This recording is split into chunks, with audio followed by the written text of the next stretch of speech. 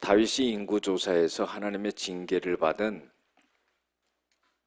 그런 내용이 나옵니다. 우리가 신앙생활할 때요, 꼭 잊지 말아야 될 것은 뭐냐면은 깨달음이 있어야 된다 하는 거예요. 시편 49편 20절에도 보면은 사람이 존귀에 처하나 깨닫지 못하면은 멸망하는 짐승과 같다 그랬어요. 깨달음이 없으면 멸망한다 이런 말이죠. 우리는 외적으로 깨달아야 되고 내적으로 깨달아야 됩니다. 외적으로 깨닫는다는 것은 뭡니까? 우리가 살아가면서 여러 가지 사건과 일을 통해서 하나님이 나에게 무엇을 말씀하시고 무엇을 깨닫게 하시는 것을 아는 것을 말하는 겁니다. 평상시와는 다르게 어떤 큰 사건과 일을 만나게 되죠. 단순하게 일어나는 일이 아닌 것을 압니다. 이것을 통해서 하나님은 나를 돌이키게 만들고 깨닫게 만들고 바른 신앙으로 돌아오게 만든다 하는 것을 우리가 알고 깨달아야 된다는 거예요. 이게 외적으로 깨닫는 겁니다. 내적으로 깨닫는 것은 뭐냐면은 내 안에 계신 성령을 통해서 내 영에게 말씀을 하시는 거죠. 여러 가지를 말씀을 하십니다. 나의 지금 신앙의 상태와 내가 하나님 앞에 올바르지 못한 것과 이런 것들을 하나님이 지적하시면서 깨닫게 하신다 하는 거죠. 그때 우리는 돌아설 수 있는 그런 사람들이 되어야 됩니다. 깨달음이 없으면요, 하나님의 기적을 체험할 수가 없습니다. 왜냐하면 깨달음 가운데 강력한 믿음이 생기기 때문이죠. 하나님의 말씀이 깨달아지면은 거부할 수 없는 그런 강력한 믿음이 생겨서 하나님의 기적의 역사가 일어납니다. 그래서 질병도 치료되는 것이고 우리 앞에 놓여지는 문제도 해결되는 그런 역사가 일어나죠. 오늘 성경 본문의 배경적인 내용이 쭉 있습니다. 오늘 사무엘하 24장을 읽었는데요. 전체적인 것을 알아야 됩니다. 사무엘하 24장 1절을 읽지는 않았는데 이것을 제가 한번 읽어보겠습니다. 중요하기 때문에요. 여호와께서 다시 이스라엘을 향하여 진노하사 그들을 치시려고 다윗을 격동시키사 가서 이스라엘과 유다의 인구를 조사하라 하신지라 그랬어요. 자, 가만히 보세요. 하나님께서는요, 이스라엘 백성들을 향해서 다시 진노했다 그런 거예요. 하나님이 괜히 화를 내시는 거예요. 이스라엘 백성들이 뭔가 잘못한 일이 있기 때문에 하나님이 진노를 하셨다 그래서. 그래서 이스라엘 백성들을 치려고 했다는 거예요. 그래가지고 다윗의 마음을 격동시켜가지고 인구조사를 하게끔 만들어가지고 하나님은 이스라엘 백성들을 치신다는 거죠. 여러분들 민수기 1장 1절에서 19절까지 보면은 인구조사하는 것이 또 나옵니다.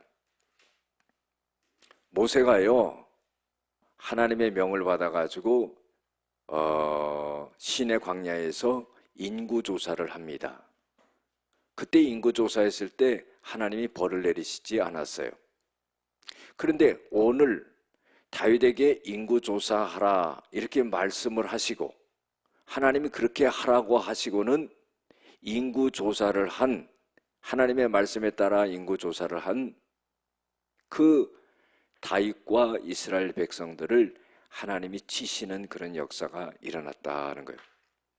그러면은 왜 모세가 인구조사했을 때는 하나님이 치시지 않고 이 다윗이 인구조사했을 때는 하나님이 백성들을 치셨느냐?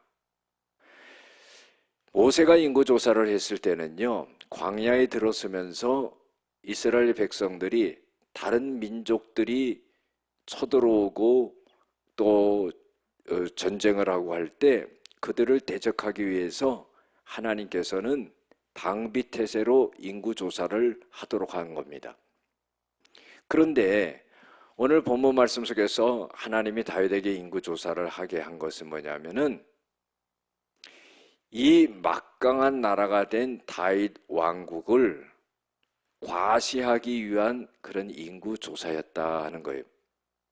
이것은 뭐냐면은 하나님의 영광을 드러내지 않고 다윗 자신을 과시하는 그런 인구조사였다 하는 거예요.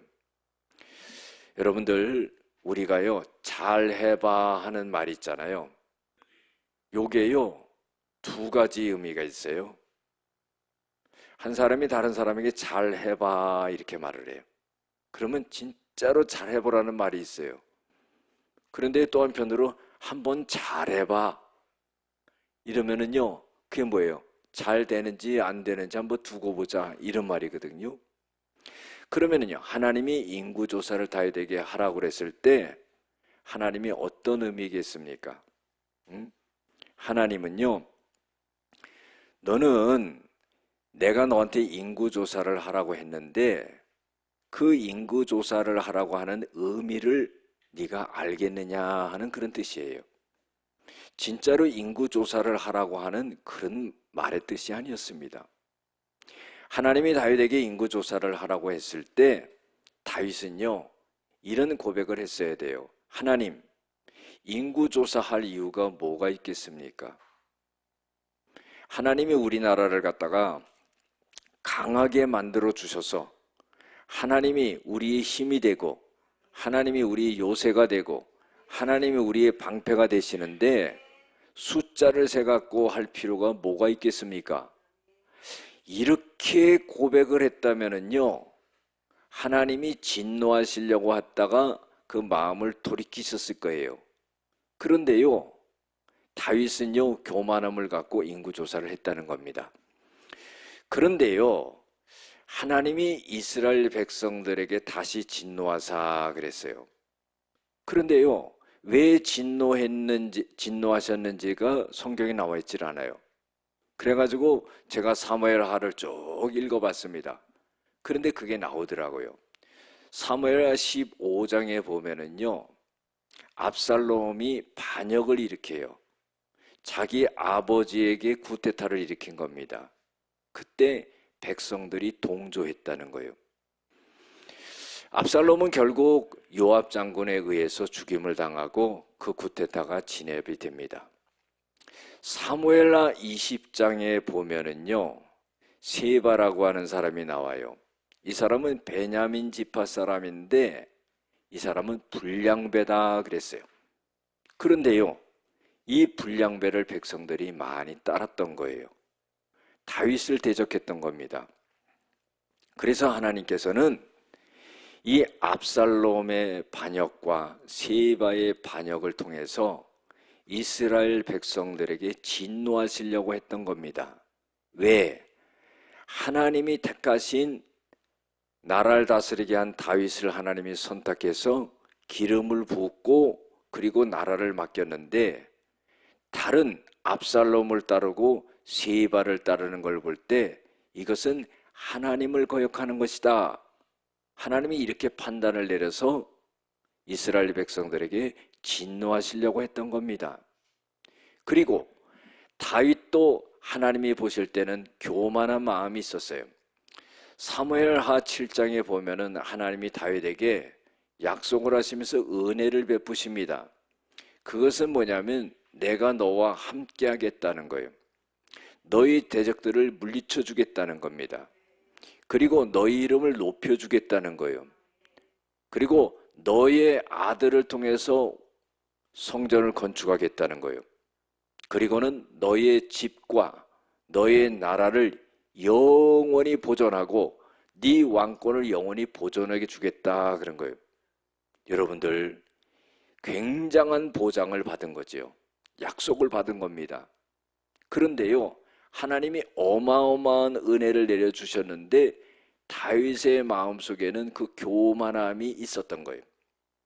하나님은요 사람이 보지 못하는 것을 보십니다. 하나님은 사람을 외모로 보지 않는다고 그랬어요. 하나님은 사람의 그 중심을 보신다고 그랬습니다. 다윗이 교만해진 것을 보고는 이스라엘 백성들이 하나님 앞에 죄를 져서 심판을 받는 가운데 하나님은 인구조사를 다윗에게 시킴으로써 다윗의 교만함도 깨우쳐 주려고 한 겁니다. 그래서 요압 장군을 부릅니다. 단에서부터 브엘세바까지, 최북단에서 최남단까지 인구를 조사하라고 그렇게 명령을 내리죠. 그때의 이 요압 장군은 이 다윗에게 이런 말을 합니다. 하나님께서 100배나 당신을 강하게 할 수가 있는데 어찌하여서 하나님이 기뻐하시지 아니하는 이런 일을 하십니까? 하는 거예요. 이런 일이라는 건 뭡니까? 인구조사하는 거예요. 여러분, 인구조사 하나님이 시킨 거 아닙니까? 그런데요, 이것은 정말로 자기를 과시하고자 하는 그런 뜻에서 그거를 시행하게 되는 거예요. 여러분들 보세요. 다윗이 깨닫지 못하는 것을 그 장군이 요압 장군은 깨닫고 있는 거예요. 그래서 직언을 하게 되는 거죠. 이 다윗에게 좋은 권면을 하고 있는 겁니다. 잠언 16장 24절에도요. 선한 말은 꿀송이 같아서 마음을 달게 한다 그랬어요. 그리고 뼈에 양약이 된다 했습니다. 꼭 필요한 말을 해준 거예요. 여러분들, 왕에게 누가 와서 조언을 할 수 있고요, 혀를 놀릴 수가 있겠습니까? 잘못 말하면요, 죽음을 당하는 거예요.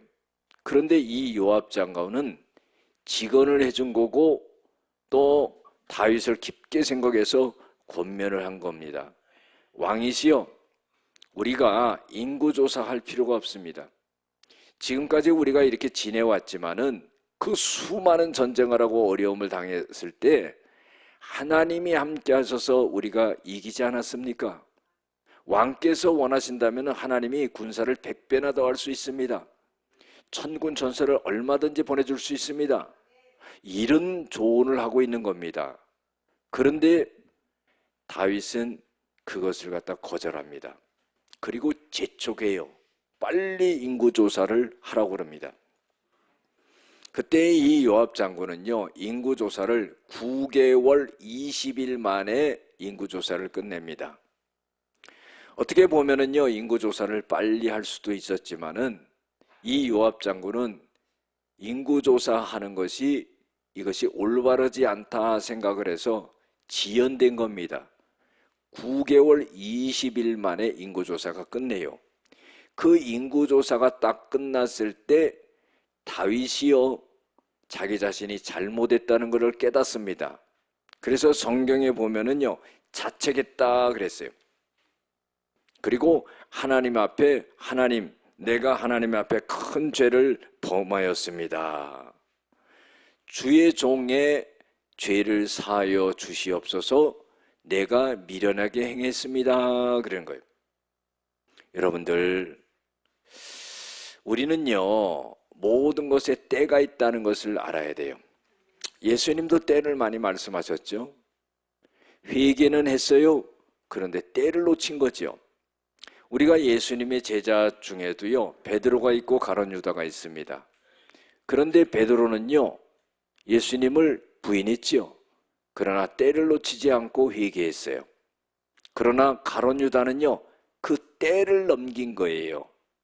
때를 넘겨서 비참한 죽음을 맞이하게 됐죠. 여러분들, 그 때를 넘기지 않게 하기 위해서 성령께서는요, 우리의 마음속에 꼭 그 때를 정해 주십니다. 그 때를 넘겨서는 안 되지요. 주님이 말씀하시고 성령이 말씀하시는 것을 갖다가 그 놓치지 말아야 돼요. 깨달아야 돼요. 그래서 절대 그 때를 놓쳐서는 안 되는 거예요. 그런데 다윗도 때를 놓친 거예요. 하나님이여 갓 선지자를 부릅니다. 그리고는 너는 다윗에게 가서 이렇게 말하라. 내가 이제 다윗에게 벌을 내릴 것이다. 백성들에게 벌을 내릴 것이다. 그 세 가지를 내가 보일 것인데 그 세 가지 중에 한 가지를 택해라. 이러는 거예요. 여러분들, 벌을 내린다는 것은요, 벌을 내리는 쪽에서 임의로 마음대로 아무거나 내릴 수 있는 거예요. 그런데요, 다윗에게 벌을 내릴 때는요, 세 가지 중에 하나를 선택하라고 그럽니다. 여러분들, 이건 뭐예요? 하나님이 다윗을 깊게 생각하는 거예요. 하나님이 사랑하는 거예요.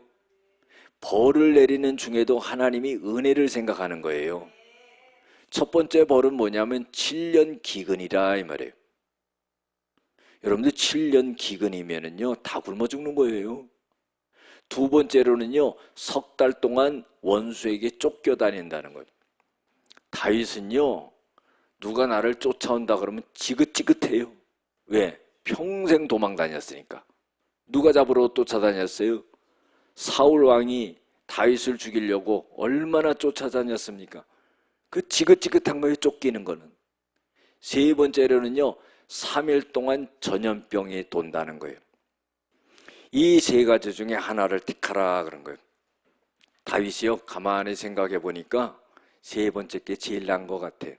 그러면서 고백하는 말이 뭐냐면은 하나님은 긍휼이 크신 분이기 때문에 우리가 하나님의 손에 빠지고 사람의 손에 빠지지 않겠다 하는 거예요. 자, 이게 무슨 말이에요? 우리가 벌을 받더라도 하나님의 손에 벌을 받지 사람의 손에 벌을 받지 않겠다는 거예요. 그래서요 전염병을 택하게 되는 거죠. 그런데요 다윗이 이 전염병을 택할 때 그 마음속에는 뭐냐면은 하나님의 긍휼함을 바라는 거예요. 그래서 고백하는 게 뭡니까? 하나님은 긍휼이 크시다 그랬어요. 하박국 선지자가요 하박국 3장 1절 2절에 보면은 하박국이 기도합니다. 이렇게 나옵니다. 하박국의 기도라 그래요. 그러면서 이 하박국이 하나님 앞에 기도할 때 이런 말을 해요. 하나님의 징계 중에서라도 하나님의 긍휼을 잊지 마옵소서 그런 거예요. 여러분들 잘못했어요. 그런데요 하나님이 우리를 죽으라고 벌을 내리십니까? 아니지요. 우리를 깨달으라고 벌을 내리시는 거지. 우리를 회복시키려고 벌을 내리시는 거지. 더 나아가서 하나님께서 우리에게 복을 내려주시려고 우리를 돌이키게 만드는 거지.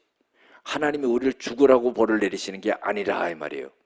그러니까 징계 중에서도 하나님이 긍휼을 잊지 아니하시는 그런 분이시다 하는 거예요. 시편 145편 8절에도요 다윗이 이런 고백을 합니다. 하나님은 은혜로우시고 그랬어요. 하나님은 긍휼이 많으시고 하나님이 인자하심이 크시고 할렐루야 하나님이 노를 더디하신다 그랬어요. 하나님은요 긍휼과 자비가 크신 분이시죠. 예레미야 애가 3장 22절에도 보면은 하나님의 인자와 긍휼이 무궁하심으로 우리를 멸하지 아니하시리라 그랬어요. 느헤미야 5장 17절에도 우리를 버리지 아니하시리라. 여러분들 보세요. 여러분들 보세요. 잘못했어요. 하나님이 벌을 내리세요. 그런데요 하나님이 벌을 내리시는데 죽이지 않는다는 거예요. 하나님이 벌을 내리시는 중에도 하나님이 긍휼을 베풀어 주시는 하나님이시다 하는 거예요. 여러분들 다윗이 이런 고백을 하고 있지 않아요? 하나님은 긍휼이 크신 하나님이시다 하는 거예요. 이것은 뭐냐면요 하나님이 자기를 갖다가 벌을 내리시는데 자기와 백성들에게 벌을 내리시는데 하나님은 죽이지 않으신다는 거예요. 살려준다는 겁니다. 회복시킨다는 거예요. 이게요, 믿음 있는 사람의 모습이에요. 하나님의 시각과 하나님의 뜻과 하나님의 마음을 안다면은 이거 얼마나 대단한 거예요. 여러분들 믿음 있는 사람은 바로 그것을 바라보는 거예요. 창세기에 보면은 아브라함이 하나님께서 이삭을 드리라고 했을 때 뭐라고 말합니까? 종들에게 너희들은 여기 가만히 있어라.